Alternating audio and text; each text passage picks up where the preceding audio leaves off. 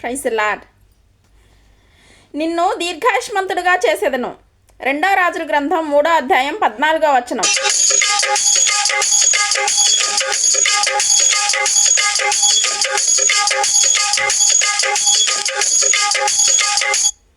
వైద్యులు చెప్పి ఉండొచ్చు, మీకున్న సంవత్సరములు, మీకున్న సమయం కొంతవరకే ఉంది, ఆ తర్వాత ఇక ఈ లోకంలో మీరు ఉండరు, మీ యాత్ర ముగించుకోవాల్సిందే అని. కానీ దేవుని యందు విశ్వాసం ఉంచి ప్రార్థించు. ఆయుష్ ఇచ్చువాడు, ఆయుష్ పెంచువాడు కూడా ఆయనే. ఆయన యందు విశ్వాసం ఉంచి ప్రార్థిస్తుండగా దీర్ఘాయుషుతో మిమ్మల్ని తృప్తిపరచేవాడు ఆయనే. 91వ కీర్తన 14, 15, 16 వచనాలలో అతను నా నామము నెరిగినవాడు గనుక నేను అతన్ని ఘనపరచెదను, అతన్ని తప్పించి అతన్ని గొప్ప చేసేదను, అంతేకాకుండా దీర్ఘాయుషుతో నేను అతన్ని తృప్తిపరచెదను అన్నాడు. నా రక్షణ అతనికి కనపరచెదను అన్నాడు. దేవుని వాక్యంలో ఆయనకి ఇష్టంగా జీవించినప్పుడు, ఆయనకి ప్రియమైన వారిగా, ఆయన నామము నెరిగిన వారిగా, ప్రార్థించేవారిగా మనం ఉన్నప్పుడు మనల్ని తప్పించేవాడు, మనల్ని బలపరచేవాడు, మనల్ని నిలబెట్టువాడు, దీర్ఘాయుషుతో మనల్ని తృప్తిపరచేవాడు కూడా ఆయనే.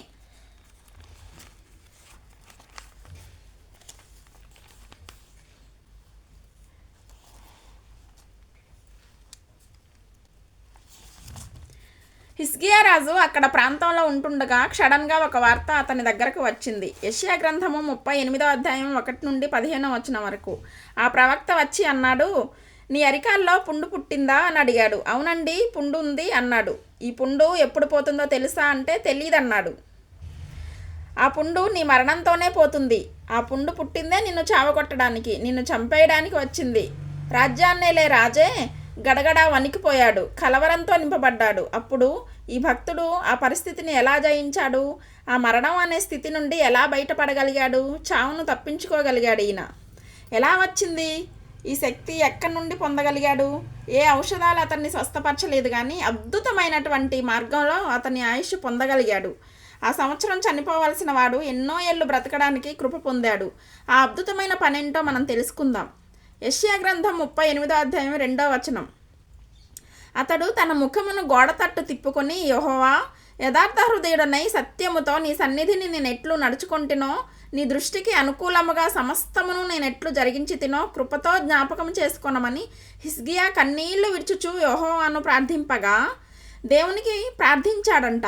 మీ జీవితం ఒకవేళ అంతానికి వచ్చినట్టుగా కానీ, ముగింపుకు వచ్చినట్టుగా కానీ, సమస్య తీరదు అని అనిపించినప్పుడు కానీ, నీ వల్ల కాదు ఈ సమస్య తీర్చుకోవడం అని నీకు అనిపించినప్పుడు కానీ, ఇక నా జీవితంలో ముందుకు సాగలేను, సాధించలేను అనేటువంటి బలహీనమైన ఆలోచన నీకు వచ్చినప్పుడు, కలవరం నీకు కలిగినప్పుడు, ఈ భక్తుడు చేసిన పని నువ్వు చెయ్యి. దేవుని బిడ్డ, అతడు గోడ దగ్గరికి వెళ్ళాడంట. గోడ వైపు తిరిగాడు అంటే మనుషుల వైపు తిరగలా. ఏ మనిషి వైపు తిరగకుండా దేవుని వైపు తిరిగాడు. కన్నీళ్లు కార్చాడు, ప్రార్థన చేశాడు, విన్నవించుకున్నాడు. అయ్యా, నాకు స్వస్థత కావాలి అని ప్రార్థన చేశాడు. నాకు విడుదల కావాలి, నాకు ఆయుష్ కావాలని ప్రార్థన చేశాడు. ఆయుష్ నిమ్మని అతడు అడుగగా నీవు అతని మొర ఆలకించావు. ప్రార్థించేటప్పుడు దేవుడు ఆలకించే దేవుడంట. 2వ రాజుల గ్రంథము 20వ అధ్యాయం 5వ వచనం. నీవు కన్నీళ్లు విడుచుట చూచి తిని నీ ప్రార్థన నేను అంగీకరించాను. నేను నిన్ను బాగు చేసేదను. అంటే బాగుపడడానికి ముందు 2 జరగాలి. ఏంటవి? కన్నీళ్లు విడిచి పశ్చాత్తాపంతో విరిగి నలిగిన మనసుతో ఆయన పాద సన్నిధి వైపు తిరిగి ఆయన సన్నిధిలో మొరపెట్టడం అనే అనుభవం ఉన్నప్పుడు బాగుపడే అనుభవంలోకి నడిపిస్తాడు. మీ కన్నీరు అనవసరమైన వాటికి ఎడవకుండా అవసరమైన ప్రభు పాద సన్నిధిలో మీరు ఏడిస్తే అద్భుతాలు జరిగిస్తాడు, ఆశ్చర్యాలు జరిగిస్తాడు. దేవుని దగ్గర మొరపెడితే దేవుణ్ణి అడిగిన వారికి దేవుడు ఆయుష్ని పెంచబోతున్నాడు. ఆమేన్.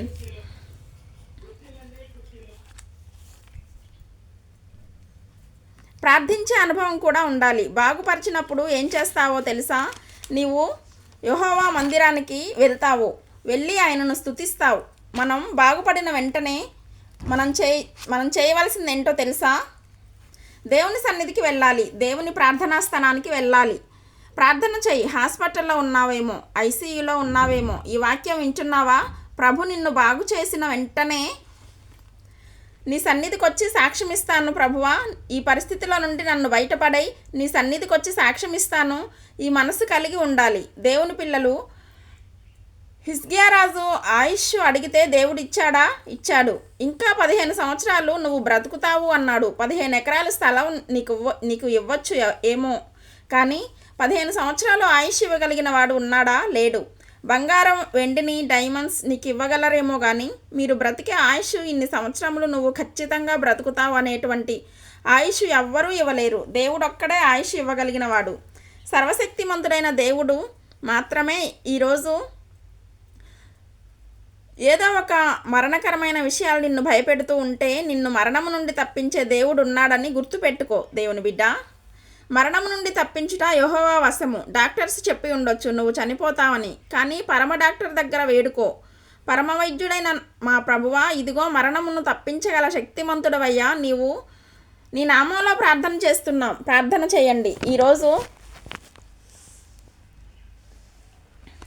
యేసు రక్తమే జయం. ఈ రాజు ప్రార్థించినప్పుడు ప్రార్థన విన్న దేవుడు నీవు కూడా కన్నీళ్లతో ప్రార్థించు, నీ ప్రార్థన వింటాడు, నిన్ను బాగు చేస్తాడు. చిన్న కీర్తన పాడుకుందాం దైవజనమా, పాడదామా?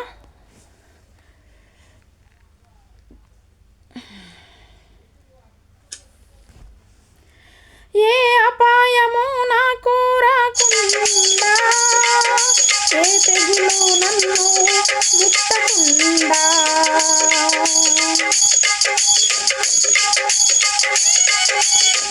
ఏ అపాయము నాకు రాకుండా, ఏ తెగులు నన్ను ముట్టకుండా, రక్షించినావయా, పోషించినావయా, నీ బ్రతుకు దినములు పొడిగించినావయా.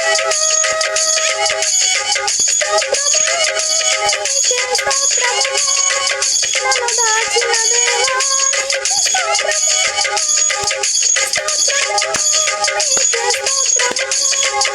కాపాడిన దేవా,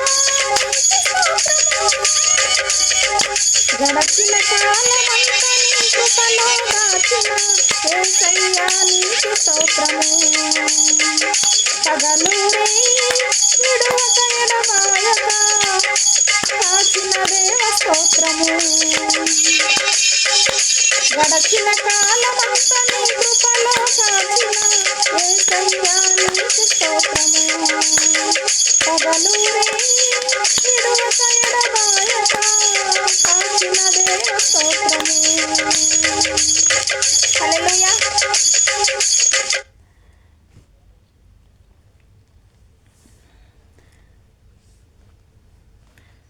ఈ వాగ్దానం ఎత్తి ప్రార్థించండి. నీ సన్నిధిలో ప్రార్థిస్తున్న మా ఆయుష్ నీ చేతుల్లో ఉంది ప్రభువా. మా జీవిత కాలమంతా నిన్ను స్తుతిస్తూ నిన్ను ఘనపరుస్తూ నీ సాక్షులుగా జీవించే కృపను మాకు దయచేయండి. నీ ఉద్దేశాలు నెరవేర్చేవారిగా మమ్మల్ని అందరినీ నీ రాజ్య విస్తరణలో వాడుకోండి ప్రభువా. మమ్మల్ని బలపరచుము, నడిపించుము. వీరు ఎదుర్కొంటున్న ఈ సమస్యలు, శోధనలు, ఇబ్బందులన్నీ కూడా జయించేటువంటి మీ బలమైన సహాయం మాకు దయచేయండి. నీ ఆత్మ ద్వారా మమ్మల్ని నడిపించండి. ప్రార్థిస్తున్న ప్రతి ఒక్కరికి దేవుని సహాయం అందునుగాక. ప్రార్థన చేసుకుందాం. పరిశుద్ధమైన మా ప్రియ తండ్రి, ఈ వాగ్దానం ఎత్తి ప్రార్థిస్తుండగా, అవును తండ్రి, దీర్ఘాయుష్యుతో మమ్మల్ని తృప్తిపరచగల దేవుడవు ప్రభువా. పరిశుద్ధాత్మలో మమ్మల్ని నింపినందుకు స్తోత్రం. ప్రతి ఒక్క బిడ్డను ఆశీర్వదించండి. వారు ఎదుర్కొంటున్న ప్రాబ్లమ్స్, బాధలు, వేదనలు, శోధనలు, అనారోగ్యం నుండి నీ బిడ్డలను స్వస్థపరచండి. నీ ప్రజలను బలపరిచి విజయాలతో వారిని నింపి నీ రాజ్య విస్తరణలో మమ్మల్ని వాడుకోమని, నీ రాకడ కొరకు సిద్ధపరచమని యేసుక్రీస్తు పరిశుద్ధ నామంలో అడిగి వేడుకుంటున్నాం మా పరలోకపు తండ్రి. ఆమెన్. God bless you. ఈ వాగ్దానాన్ని మీతోనే ఉంచుకోకుండా లైక్ చేయండి, షేర్ చేయండి. అనేకులు ఈ యొక్క ఛానల్ సబ్స్క్రైబ్ చేసుకోమని తెలియపరచండి. సబ్స్క్రైబ్ చేయని వారు కూడా సబ్స్క్రైబ్ చేయండి. ప్రభు కృప మీకు తోడై ఉండి నడిపించునుగాక. ఆమెన్. God bless you.